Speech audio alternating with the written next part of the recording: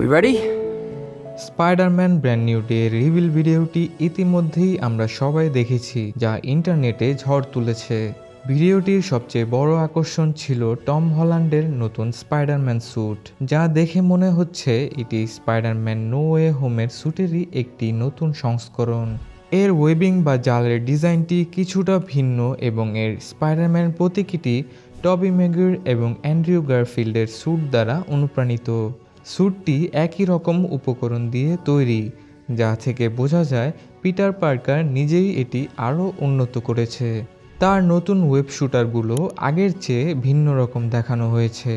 সিনেমাটির মুক্তির তারিখ ঘোষণা করা হয়েছে 31শে জুলাই 2026।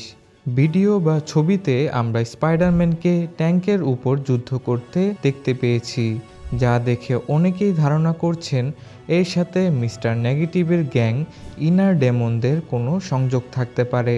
এই ছবিতে আমরা বেশ কয়েকজন পরিচিত মুখকে আবারও দেখতে পাবো।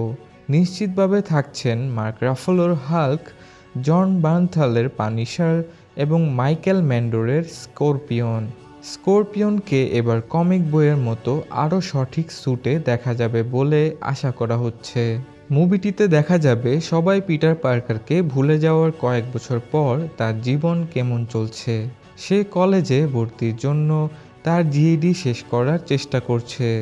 ধারণা করা হচ্ছে ছবির শুরুতে পানিশার, হাল্ক এবং স্পাইডারম্যান একে অপরের বিরুদ্ধে লড়াই করবে এবং পরে তারা আসল ভিলেন সম্ভবত মার্টিন লি অর্থাৎ মিস্টার নেগেটিভের বিরুদ্ধে একজোট হবে। এছাড়াও কিংপিন কিভাবে সিনিস্টার সিক্সকে একত্রিত করতে পারে তা নিয়েও থিওরি তৈরি হচ্ছে। যেহেতু এটি অ্যাভেঞ্জার্স ডুমসডে এর আগের সিনেমা, তাই আশা করা হচ্ছে যে এর পোস্ট ক্রেডিট সিনে ডুমসডেকে অবশ্যই টিজ করা হবে এবং সম্ভবত রবার্ট ডাউনি জুনিয়রকে ডক্টর ডুম হিসেবে দেখা যেতে পারে। সব মিলিয়ে স্পাইডারম্যান ব্র্যান্ড নিউ ডে একটি অসাধারণ সিনেমা হতে চলছে। নতুন স্যুট, নতুন চরিত্র এবং একটি রোমাঞ্চকর কাহিনী নিয়ে এই ছবিটি দর্শকদের জন্য দারুণ একটি অভিজ্ঞতা হবে। এখন শুধু 2026 সালের 31শে জুলাই পর্যন্ত অপেক্ষা।